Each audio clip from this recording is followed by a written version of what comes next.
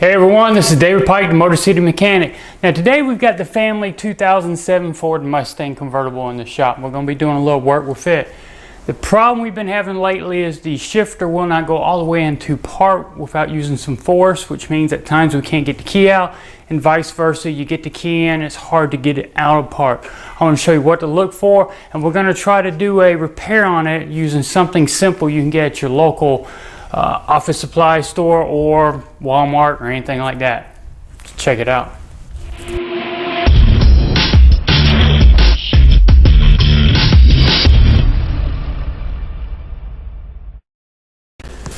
Alright, so like I was saying, the problem I was having with the shifter was it was getting to where it was hard to come out of park and hard to go into park.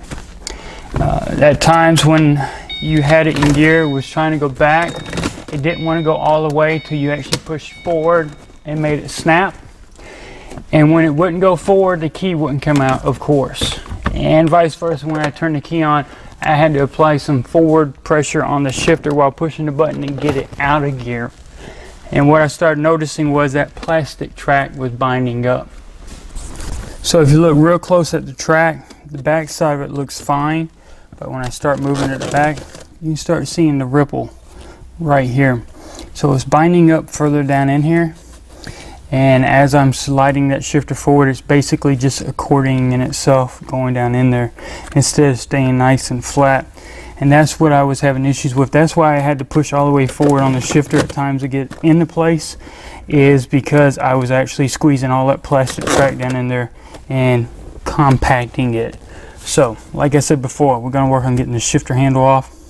We can get this bezel off, and we'll get this upper plastic piece off the top of the console, and we'll see if we can get to everything we need to at that point. If not, we'll take the whole entire console out of the vehicle. Now the part that we're going to be using to fix that shifter is just a typical plastic binder that you can pick up at practically any store. This one's a little thicker than normal. That's what I want, is something that's thick, that's not going to crack easily, something that's still flexible, so as that shifter moves forward and backwards, the portion that we're going to make out of this has the ability to match the curve and doesn't get bound up and doesn't crack. We're going to use the original track. We're going to lay it on top, make some marks, and cut it out so it's a duplicate. Now one thing I do recommend doing, being that we're going to be moving the shifter constantly, that means it's going to be out of gear and we don't want the vehicle to roll. So what we need to do is either put something up under the back tires or the front tires, or go ahead and pull an emergency brake and engage the parking brake. That way the vehicle does not roll when we're constantly moving the shifter. Now the vehicle is not running, of course, so we don't have to worry about it jumping into gear and driving off. We've just got the key turned on enough to where we can get it out of gear. And like I said, parking brake or put some blocks under the tires. Alright, it's time for our plastic trim stick. I want something plastic, something that's not metal. I'll use a pocket knife like I've seen on some videos. And we want to get up under this black plastic ring. It's going to be plastic to plastic. That's why we want plastic, to try not to scratch it no more when we have to. Just get up under the edge, work your way around. Take time, just be gentle. Don't go too much on one side. You risk the chance of actually breaking the panel. Turn sideways, pick it up over the handle. So now we've got the bezel off from around the shifter, so we can work on the upper black portion in this particular vehicle. This one's black. It may be different in the vehicle you're working on. That way we can work on getting this whole upper portion of the console off. So now we've moved on to getting that upper piece off the center console. Now we need to open up the storage lid here. It's basically your armrest. We've got 2 Phillips screws that we're going to be taking loose, and that's going to give us access to allowing us to pick up the rear of this. And once we get the rear up, we can start unsnapping it and get the rest of it off. And then from there we'll see what access we have. If we need to go further with taking the rest of the center console out, we can. At this point we're just going to do the 2 Phillips screws back here and then see how it goes. Alright, so we're getting access to this 2 Phillips screws. One here.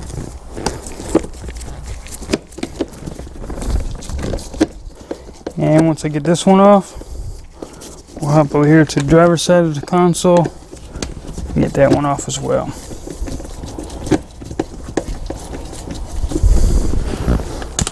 Alright, now we should be able to start picking up on the console. So after we took those 2 Phillips screws up, we started picking up on the back corner. As we pick it up, it starts coming unfastened from the side of the console. Now up front, it's just got 2 plastic snaps that keep it down. So what we do is we kind of work our hand forward, get up here, kind of unsnap it. Got one side done, got the other side done. And what we're going to do, we're going to lift up. Now it's best to kind of tilt it more towards we pick up the back and keep the front down as much as possible. The bezel actually goes around the parking brake, so it's going to be a little tight there with the rubber seal here, so don't worry. Just make sure we clear the shifter properly. We're just going to pick up. Alright, work it around and clear the shifter, and there you have it. You've got your snaps on the bottom along the perimeter, and of course the place where the 2 Phillips screws went up under the center console lid. Now looking closer, it's obvious that we're not going to have all the room we need to without taking the center console completely out. Portions of it block the back, portions of it block the front. That's what we want access to. We also need to get to the connector for the upper portion of the shifter where the overdrive button is. There's a wire that goes through it down to a connector. So what we're going to do is we're going to work on getting the rest of this tan piece, which is the base of the center console, and we're also going to work on getting the sides, the driver's side and passenger side, loose right where it goes up on the side of the dash. Now the little closeout panels there on the side of the console, they're pretty cut and dry. Now that we've got the upper portion off, we can just reach up under the bottom and pull backward, and it will actually release it. And it's going to be the same on the driver's side. Just reach around the bottom edge of it, pull back, there you go. Now you got both of the closeout panels on the side of the console off. Now we can work at getting to the fasteners. We've got 2 right here we're going to work on, and we've also got 2 back in the center console area, so we got to empty that out first. So now it's time to empty everything out of the storage compartment. Now if it's a customer's car or whoever's, get you something that you can store everything in so you don't lose anything. Heaven forbid they accuse you of having stole something. Odds are you'll probably find something they didn't even know they had. Just empty it out into some kind of container, bag, box, whatever. Don't lay it on the ground because it's going to get with everything else you're taking loose and things are going to get mixed up. And then we'll work on pulling the little felt liner out the bottom of it. That's going to give us access to 2 nuts we need to get to. That's going to hold down the back of the center console, and then we still got the 2 at the front. Now the 2 nuts that are in the bottom of that center console up under that felt liner are both 10 millimeters. We'll take them all the way out. You're going to need a deep socket for this one.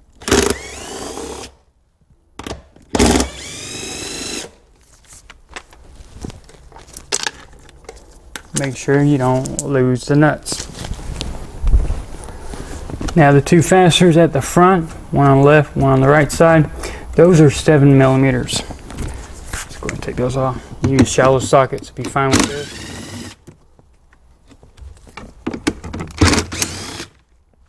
And that's the 2 fasteners up front. We got the 2 off the back. There's nothing else holding it down other than just getting to a connector underneath that goes to the power outlet that's inside the center console. And we'll do the same process. We'll lift up the back, try to clear everything, including the emergency brake handle and the shifter. And directly in front of the storage bin on the center console, right where the 2 cup holders were, you've got access now with that upper trim piece being out of the way. We've got 2 connectors, 2 of them. We've got to unplug. One's a power outlet, the other one goes to the storage compartment. We've got to disconnect both of those. Once we disconnect those, then we're going to have the ability to actually pick up on the back of the console and go ahead and work on removing it out of the vehicle. So let's move on to those 2 connectors. So it's nothing more than just reaching in here, squeezing in on the lock, disconnecting each one. There we have it. We've got both the electrical connectors disconnected. We move on to the console. So once again, make sure that the parking brake's all the way up so we've got clearance. Now we do still have the ability to move the shifter we need to if we got to worry about clearing it. Connector's been disconnected. Now we can just pick up on the center console, start clearing the back seat, tilting it up at the back. Make sure we don't feel anything else underneath. Everything seems fine. Clear the shifter. Now work it past the emergency brake. And out of the vehicle it goes. Now, this overdrive switch on the side of that shifter handle, of course, has a wire that goes through and comes out. and that's this white wire you see right down here. It goes into a connector right there. All you gotta do is just gently pull on it. Once you pull on it, it disconnects it. So now when we take the shifter handle loose from the shifter and pull straight up, it won't be connected to anything, it'll come straight out. Now I've got the shifter all the way down in low 1, as far as it'll go. I need access to that torque screw right there. Now that's a T20. I'm just using the typical T20 bit on a nut driver. Put it on here and back it out. Make sure you don't lose it. We're going to want to keep that. Now all I got to do is just squeeze the button and pick up and be gentle. Because remember now, we still got that wiring we got to pull through that we disconnected a minute ago. That's that little connector. And here is your handle. Handle has both the overdrive switch and the release button. And of course that's where the T20 went. Now we're down to the silver cover here. It may be black on yours. That actually has the prindle or the gears marked along the driver's side. We're going to be working on getting this off. That actually covers up that track. Now the way to get it off is you've got to squeeze both sides. It snaps in right here and on the opposite side as well, and 2 places down below. But the ones down below we can actually just release by actually pulling on it. So we need to get something like a plastic trim stick or something that we can push in right along the sides here and here. As I push in, I try to lift up a little bit, keep it released. And once I got one side released, I'll try to go to the other side, and hopefully this one won't snap back in place. Doesn't hurt to pick up on it at the same time. Now that they're released, I can do basically like I was doing on the center console. I can pick up the back and then kind of wiggle the front till it unsnaps, pick it up. This is the 2 places up front I was telling you about that snap in. Be careful also, because once you take that off, your prindle display is going to come off. Now you got access to that track. Now the track does have something on here that's kind of important. That's actually the indicator or position of what gear you're in. It comes on the assembly. So as it moves, the red portion lines up with the prindle. So you'll see a little cutout in the window. That's how that works. Of course, with the glare going on right now, you can't see it too well. Problem we're going to have is when we duplicate this, we're more than likely not going to be able to attach this to it. We can try, we can do different things. We know that this track is in bad shape and it's causing us issues with getting it in and out of parts. So it's important that we change this out. The only way I've seen this piece come is with the whole shifter assembly. So you may have to weigh your options here. You replace it with that folder piece that I was showing you that you're going to be cutting out, but you're going to lose your prindle, or you can try to make this prindle work out. Otherwise, you got to get a whole shifter assembly. Choice is yours. If you know what gear you're in, you're fine. If you got someone that drives a vehicle and doesn't know that it's in low 1, 2, 3, or it's not in drive, now that's going to be a different story. I wouldn't say they don't need to be driving if they don't know what gear it is, but I do know people that do get it in the wrong gear from time to time. So you're going to have to weigh that option now. It's going to be a cheap repair, or you have to spend some money and replace this whole shifter assembly. It comes with everything. Now the question is going to come up, what caused that track to get bound up like that? Now what you're probably going to find is when you run your hand across the portions right here that the portion actually slid upon, you're actually going to find that it may be sticky, it may be debris. As you can see, it's not clean, it's got stuff on it. Anything from coffee, Coke, anything can get down in here, and once it does, it's no longer a smooth surface. It has roughness or tackiness to it. Of course, that's going to cause this to not slide as free as it used to, and there's a chance that it's eventually going to cause it to start sticking. And the front up here is actually worse than the back. I don't feel as much tackiness there, but I do in the front. So what we've got to do, we've got to clean the surface off with something, some Acrosol or something that's not going to damage the plastic. You even try Windex, anything you want. Moist towelettes, I don't care. Just try to get it as clean as possible, because we want to try to prevent it from happening again. If we don't, it's going to bound up on the new piece we're going to be building and putting in. So definitely take care of that, because that's more than likely what caused it originally.